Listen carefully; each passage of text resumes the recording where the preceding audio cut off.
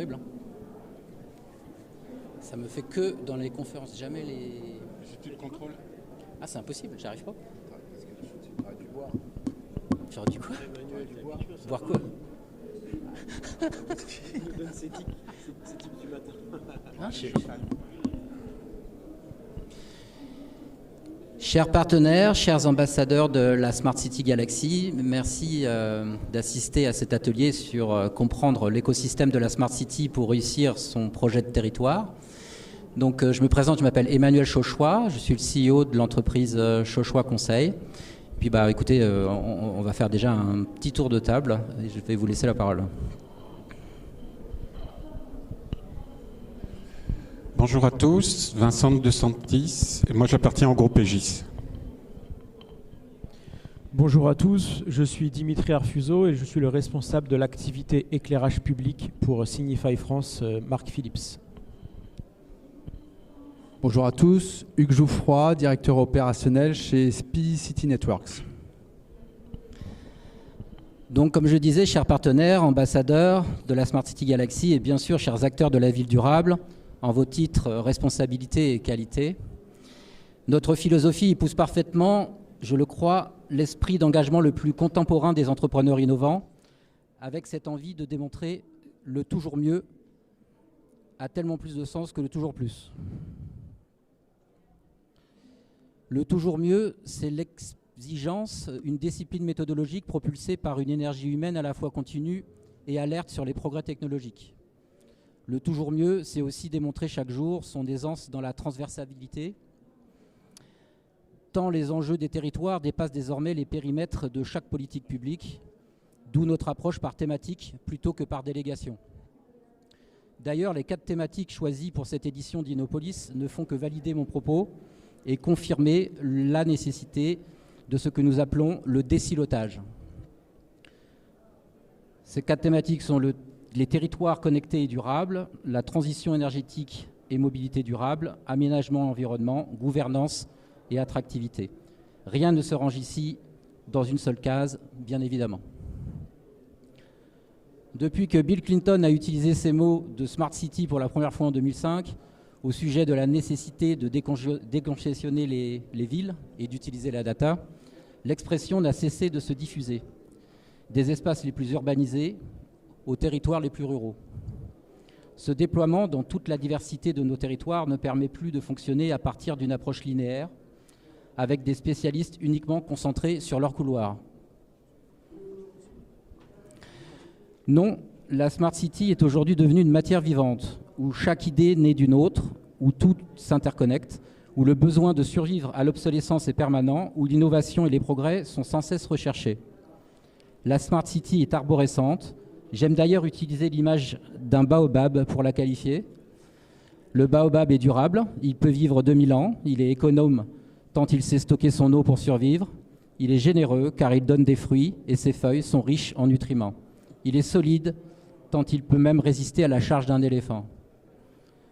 Et j'en arrive assez naturellement à la Smart City Galaxy et ce pragmatisme qui anime chaque partie prenante de notre assemblage de solutions et de compétences. Depuis plus de 2 ans, Smart City Galaxy assemble des solutions dans des thématiques réellement vécues par les acteurs publics, avec un langage adapté à l'univers sémantique du décideur, avec une grille de lecture sélective, avec l'indispensable vue globale et transversale pour chaque situation, par un usage sémantique respectueux du vocabulaire régulièrement employé par les décideurs, Smart City Galaxy apporte un référentiel dynamique avec une vue 360 degrés des différentes possibilités. L'objectif ? Aider les responsables locaux à faire des choix éclairés, cohérents et visionnaires. En parallèle, cette force arborescente apporte naturellement tout un écosystème, tant les besoins d'infrastructures, d'intégrateurs et de solutions et d'ingénieurs s'enracinent. En somme, si l'on devait expliquer la rapide montée en notoriété de Smart City Galaxy tant en France qu'à l'international, je pense qu'il s'agit raisonnablement de relever pourquoi nous sommes régulièrement recommandés pour les projets de transformation urbaine, la cohérence de la méthode, la cohésion des savoir-faire. La Smart City se révolutionne par son expression et les pouvoirs publics résonnent maintenant en cas d'usage. Expression, en cas d'usage, nécessaires pour la transversabilité et la compréhension de la chaîne de la valeur complète des projets qu'on représente ici sur cette table, capacité à mettre en œuvre un cas d'usage ou thématique publique plutôt que d'acheter une solution pour régler un problème isolé. Cette évolution forte depuis quelques années a été exprimée et constatée dans plusieurs projets emblématiques en France et à l'international. Pour réussir à construire son projet dans cet écosystème, nous devons maintenant travailler ensemble, parler le langage de nos décideurs publics et répondre dans toute la chaîne de valeur, offreurs de solutions, intégrateurs, fournisseurs d'infrastructures, ingénieristes. Je vais laisser maintenant la parole à Dimitri Arfuso. Merci Emmanuel. Est-ce que vous nous entendez correctement? C'est bon? Ok. Donc merci Emmanuel, merci pour cette table ronde. Donc nous en tant qu'éclairagistes, en tout cas dans notre fenêtre d'éclairagiste, ce sujet c'est un sujet qui est très récent. En réalité, l'écosystème Smart City c'est assez récent, surtout quand on est sur l'échelle de temps de l'éclairage public. Pour rappel, l'éclairage public date au début de Louis XIV, 1600. Notre société a 130 ans, donc quelques années de ces nouveaux concepts, notions d'écosystème, c'est assez récent. Donc on a pris le virage, mais ça reste récent. Ensuite, avant ce nouveau concept, cette nouvelle façon d'adresser le marché, il faut savoir que tous autour de la table, on travaillait tous, mais chacun dans notre coin en réalité, sur les produits, sur les systèmes, sur les services, pour mes collègues de la pause ou du conseil, mais pour les mêmes clients. Donc en fait, on cumulait les couches, parfois techno, qui n'étaient pas interconnectées pour la plupart, mais pour un même client unique. Pas par méconnaissance, mais parce qu'on ne se connaissait finalement pas et le marché était un peu structuré comme ça. C'est-à-dire qu'une collectivité ou un territoire s'adressait à un éclairagiste pour avoir un niveau d'éclairement. S'adressait à un fabricant de vidéosurveillance, par exemple, pour avoir des images, et à un poseur pour avoir du câble et puis des massifs béton.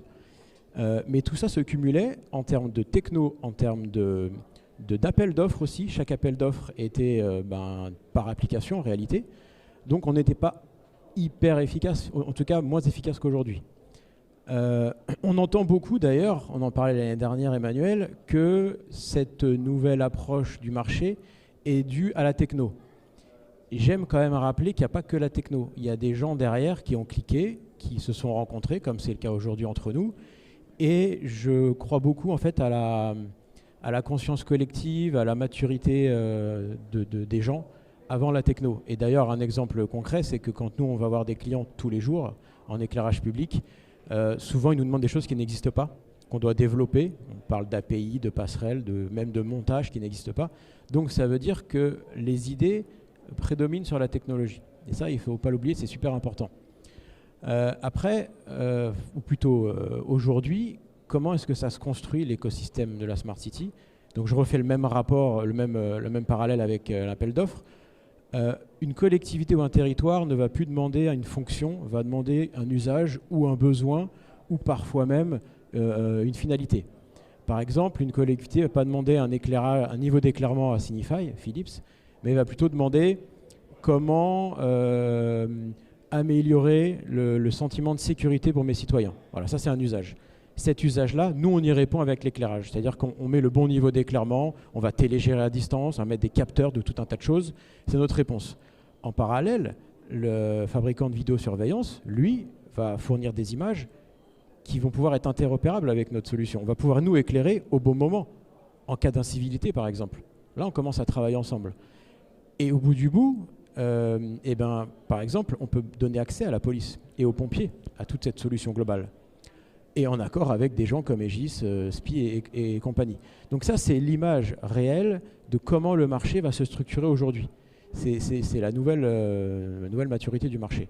Et en tant qu'industriel éclairagiste, c'était pas si simple en réalité d'en arriver là, parce que ça nécessite des nouvelles compétences en termes de personnes, je reviens toujours sur les gens, ça nécessite des nouvelles solutions qu'on a dû développer, qu'on a dû déployer évidemment, puisque chez Signify, tout est ouvert, donc on n'a pas de solution fermée. Donc quand une API n'existe pas, on la développe. C'est finalement uniquement des lignes de code, c'est pas compliqué. Et ça a aussi permis de rencontrer des nouvelles personnes Et ça, c'est important, puisque c'est des gens qu'on ne connaît. Ce genre de salon, par exemple, il y a une dizaine d'années, n'existait pas, ou alors nous, on ne le connaissait pas. Donc là, on a vécu une première transformation du marché, c'est cette transformation d'écosystème Smart City. La deuxième transformation du marché, elle arrive, alors ce n'est pas le sujet direct d'aujourd'hui, mais on est sur notre stand à votre disposition, c'est l'éclairage solaire qui va complètement et qui est en train de révolutionner le marché, puisque à terme, on va devoir tous avoir une offre solaire pour pouvoir répondre à ce marché qui est stratégique. Donc voilà la vue de notre scope, de notre fenêtre d'éclairagiste pour l'écosystème de la Smart City. Et je passe la main à Vincent. Merci à tous. Eh ben, je vais prendre la suite finalement très aisément derrière Dimitri et Emmanuel, puisqu'ils ont posé la problématique. Vous dire qu'Egis, on a construit nos logiques de développement Smart City sur des paradigmes assez simples. Tout projet de Smart City doit être fondé sur des logiques de transition écologique et sociétale et accessible à tout type de territoire. Quand je dis ces deux choses simples, finalement, je pose un problème compliqué. On a fait un constat, c'est que sur le marché, et notamment à l'attention des collectivités, il n'y avait pas d'opérateur global. Quand une collectivité veut aborder un projet de Smart City, elle se trouve en nécessité d'assembler des compétences amont de conseil, du financement, de la technique, du déploiement, etc. En regard de ça, il y a 2 ans, avec SPI, on a pris une décision, c'est de la construire, cette offre globale. Une offre qui positionne des métiers sur toute la chaîne de valeur de la Smart City, à l'amont du conseil, technique, juridique, urbain, financier, de l'ingénierie, du développement, de l'intégration et du soutien. Aujourd'hui, cette alliance avec SPI est mature. Ça fait 2 ans qu'on travaille ensemble, qu'on apprend à se connaître et qu'on intègre. Et à la croisée de l'ensemblier Egis et de l'intégrateur SPI, on a une réponse globale à toutes les problématiques s'appliquant à tous les types de territoires. Et je vais passer la parole à Hugues maintenant, qui va vous parler de Smartbourg. Entre autres, avant Smartbourg, je voulais faire un petit constat, parce qu'effectivement, il y a quelques années encore, c'était inenvisageable d'avoir à la même table un conseil, une ingénierie, un intégrateur installateur, un fabricant. Et aujourd'hui, effectivement, je pense que le monde des services a changé. On est passé de structures très préconçues, CCAP, marché de travaux, qui fait quoi, avec des passages de relais à chaque fois, à des structures, des ingénieries très imbriquées, parce qu'aujourd'hui, comme le disait Dimitri, on parle usage, on parle expression de besoin et on parle solution. Voilà. Il faut quand même bien avoir en tête que 50% de nos maires sont des jeunes maires, des jeunes élus qui n'ont pas de connaissances ni techniques, ni parfois financières. Donc leur donner un package complet de solutions, c'est notre rôle maintenant. Donc il n'existe plus une solution, comme on l'avait dans ces années passées, mais il existe des solutions. Voilà. Et il n'y a plus de mots tabous. On peut parler CAPEX, OPEX, retour sur investissement. Et c'est en ça, aujourd'hui, qu'il faut vraiment raisonner global et non plus techno, comme on le faisait peut-être auparavant. Maintenant, effectivement, un petit mot sur la ruralité, puisque c'est un secteur qui me touche depuis déjà quelques années. Pour y vivre déjà. Alors la ruralité, au début, c'était un peu le parent pauvre de la Smart City, puisqu'il y a encore quelques années, des grands groupes comme les nôtres s'intéressaient aux grandes métropoles, aux agglos, parce que les infrastructures de communication notamment étaient en place. Aujourd'hui, avec l'essor du FTTH à la campagne, eh bien, il n'y a plus de barrières, il n'y a plus de frontières. On peut adapter des solutions type Smart City dans des territoires très ruraux et en tirer un retour sur investissement quasi direct. Voilà, les infrastructures sont là. Alors, les infrastructures d'énergie ont toujours, en France, en tout cas en métropole, ont toujours été là grâce aux syndicats d'énergie qui ont toujours œuvré dans ce sens. Et les opérateurs ou les syndicats également ont mis en place des infrastructures de communication filaires, mobile avec l'essor de la 5G maintenant qui ouvre le champ des possibles. Donc la techno est prête, les infrastructures sont en place et comme je le précisais, à nous en tant qu'intégrateurs maintenant de proposer des solutions optimisées. Il y a encore quelques années, je pense, des intégrateurs comme nous, on était là un peu pour vendre la solution, pas la plus chère, mais on ne cherchait pas forcément l'optimisation. Maintenant, il n'y a rien de plus pénible pour un maire d'une petite collectivité de lui dire qu'on va retirer une fibre pour lier 2 caméras, alors qu'il y a une fibre FTTH qui vient d'être tirée par Covage ou par un autre opérateur, altitude, etc., sur ce même territoire. Et ça, le maire ne le comprend pas, à juste titre d'ailleurs. Donc aujourd'hui, effectivement, les technologies sont là.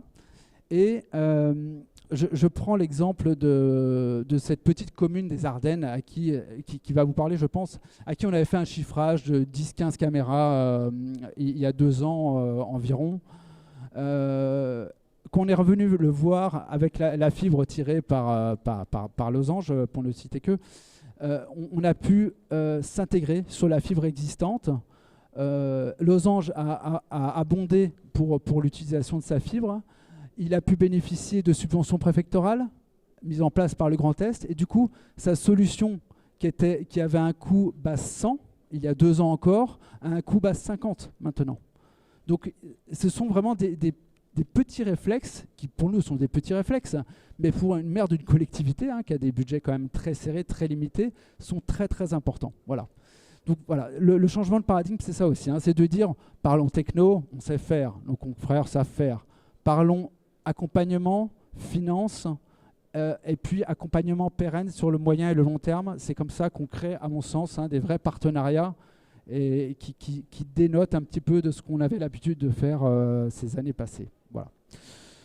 Donc, bon, les solutions sont là, la vidéoprotection urbaine, les déchetteries sauvages, les solutions pour économie d'énergie, passage LED, télégestion, les solutions de mobilité avec les bornes de recharge. Voilà, toutes ces solutions, les ombrières photovoltaïques maintenant qui sont obligatoires, un décret rend ça obligatoire à partir d'une certaine taille de parking. Toutes ces solutions sont là. Nous avons des obligations, nos donneurs d'ordre ont des obligations pour les mettre en œuvre, à nous de les accompagner au mieux et vraiment en fonction de leur capacité financière pour qu'ils s'y retrouvent et qu'ils atteignent l'objectif le moment venu. Voilà. Donc cette ruralité, juste pour finir, la difficulté pour nous, c'est l'adressage, puisque quand on va voir une métropole, une agglo, c'était simple, on va voir le maire parfois, le DGS, le DST. La ruralité, c'est des milliers de maires partout en France, parfois des services techniques, parfois pas de services techniques, parfois adressés via une Comcom. Et voilà, donc à nous de nous faufiler un petit peu dans ce millefeuille administratif pour adresser au mieux ce besoin. Voilà. Donc voilà, au niveau de l'adressage, effectivement, je fais un petit peu de teasing, mais vous intéresserez à l'offre Smartbourg, j'en suis certain. Et je repasse la parole à Emmanuel. Écoutez, voilà, je tenais donc tous à vous remercier. Donc oui, effectivement, je vous invite à découvrir Smartbourg, qui est une offre qui commence déjà à faire un petit peu de bruit en ruralité et qui est adaptée à la demande des acteurs publics. Effectivement, de constater que ces nouvelles alliances transversales entre offreurs d'infrastructures, intégrateurs, ingénieristes et nous, solutions qui sélectionnons des solutions software d'usage existent.